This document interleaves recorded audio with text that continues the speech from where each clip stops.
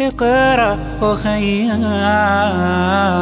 ورتل القرآن اصبح بصوتك اسمع الأكوان.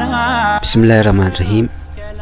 الحمد لله رب العالمين، الصلاة والسلام على مبعوث رحمة للعالمين نبينا محمد وعلى آله وصحبه أجمعين. أما بعد، السلام عليكم ورحمة الله وبركاته. أكم جرتن نجيا فيانا قبدني وردفتوتا خينيا ورين سجنتا قرآن أكمي قرانا جتو ورين وردفتن. إيجا أكمو بيكموتي الراس سجنتا قرآن أكمي قرانا جتو قبدي دياتي تنجرا إسينيس أكان وردفتنين إسين أفير. إيجا سجنتا درسيلي خندورا دبرسيني خيستي mata duree lama ilaalleeti jirra. Barnoonni takkaffaa baay'inaa fi maqaa harfi yookaan qubee arabaa ilaallee, barnoota lammaffaa keessatti ammaas qubeeleen arabaa 28 sagaleen isiin kennitu bakka itti uumamtuu fi ramattii isiin keessatti argamtu ilaallee dabarsineeti jirra. Inshaallah arraas Darsi sadaffaa tana keessatti wanni waliin laallu harfiilee yookaan qubeelee 28 dabarsine san akkaataa walitti dhufeenya harfiiwwan bakka itti uumamanii jechuun makaarijal uruuf irratti hundaa'uudhaan arraas barnoota keenya kan laallu. Qopheessaan sagantaa tanaa ana Usmaa'il Alishootii. Sagantaa wajjin turtii gaarii. ابعث به روح التقى بتلاوته. jalqaba afaan keenya keessatti iddoo qubeen itti uumamtu yookaan iddoo sagaleen qubee san itti mul'ifamtu haa laallu. Harfi yookaan qubeen afaan keenya keessatti bakki itti uumamtu bakka shanitti kan adda qoodamu guutawu.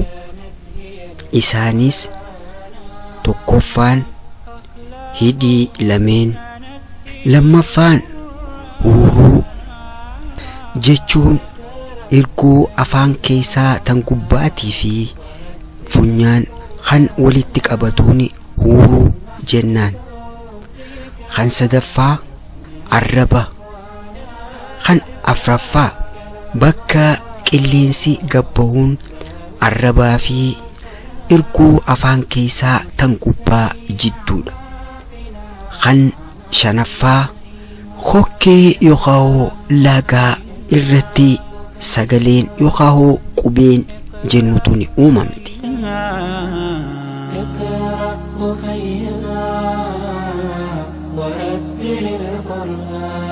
Lagaan yookaan kokkeen hafuuraa bakki qubeen itti uumamtu bakka saditti kan adda qoodamu guutawu. Tokkoffaa hokkee gadii, lammaffaa hokkee jidduu fi sadaffaan kokkee gama gubbaati.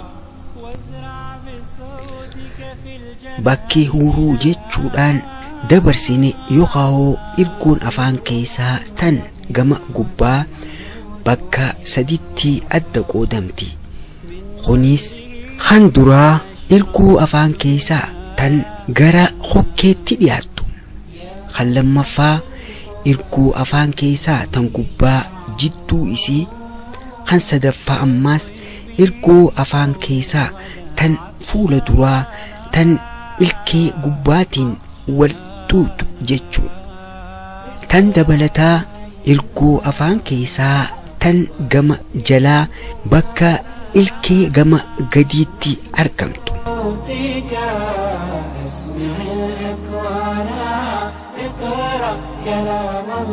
Egaa qubeeleen yookaan harfiiwwan 28 tan arabaa bakka itti uumamtu irratti hundaa'uudhaan akkaataa walitti dhiyeenya isaaniitti garee gareetti qooduudhaan laalla.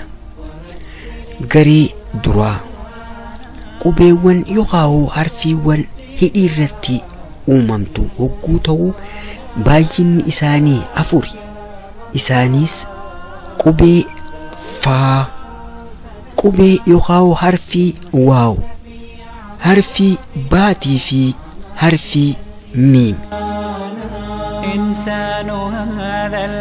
Akkuma amma duraa laalletti qubeen yookaan harfiin faa tan hidhii jalaatii fi ilkee gama gubbaa walitti maxxansuudhaan eegasiin adda buqqaasuudhaan uumamtu hogguu ta'uu, harfii yookaan qubee waaw tan sagalee isii waa jennuun uumamni qubee tanaatiis qubee hidhii irratti dubbannu hogguu ta'uu, akkasuma qubeen yookaan harfiin baa yookaan harfii hidhiiti. Harfii yookaan qubee miimiis qubee hidhii irratti uumamtu hogguu ta'uu, jarri afreen dabarsine kun qubeelee hidhii irratti uumamtu ja'aman.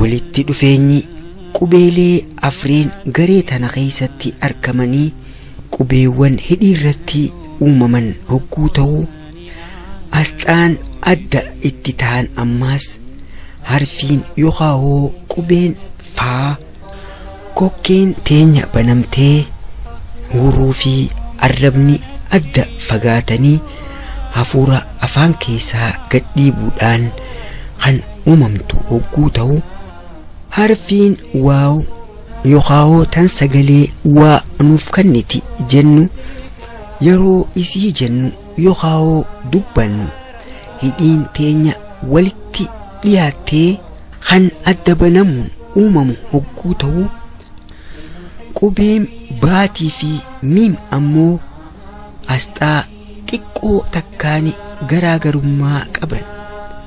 Qubee baa hogguu dubbisnu hidhii jalaatii fi gubbaa walitti maxxansuudhaan hafuura afaan keessa qabame ala gadhiibuudhaan kan dubbisnu hogguu ta'uu, qubeen yookaan harfiin miim hidhiin teenya akkuma qubee baa sanitti walitti maxxantee osoo hafuura keenya gadiin dhiibne uumna. Yookaan qubeen yookaan harfiin miim hogguu dubbisnu qilleensi funyaaniin baha.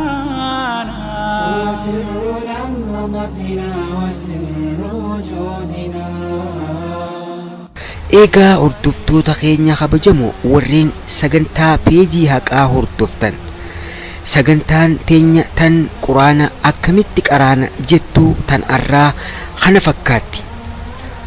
Inshaallah sagantaa itti aanu garee lammaffaa qabanneeti dhiyaan. Sagantaa arraa hordofuudhaan waan naa waliin turtaniif jazaakumullahu khayran isiniin jaa. sagantaa itti aanuun ammoo walitti deebinutti nageetti naaf jiraadha. Wassalaamu alaikum wa rahmatullahi ta'ala wa barakaatuh. كلام الله يهدي نفوسنا لنحس في أعماقنا الإيمان. اقرأ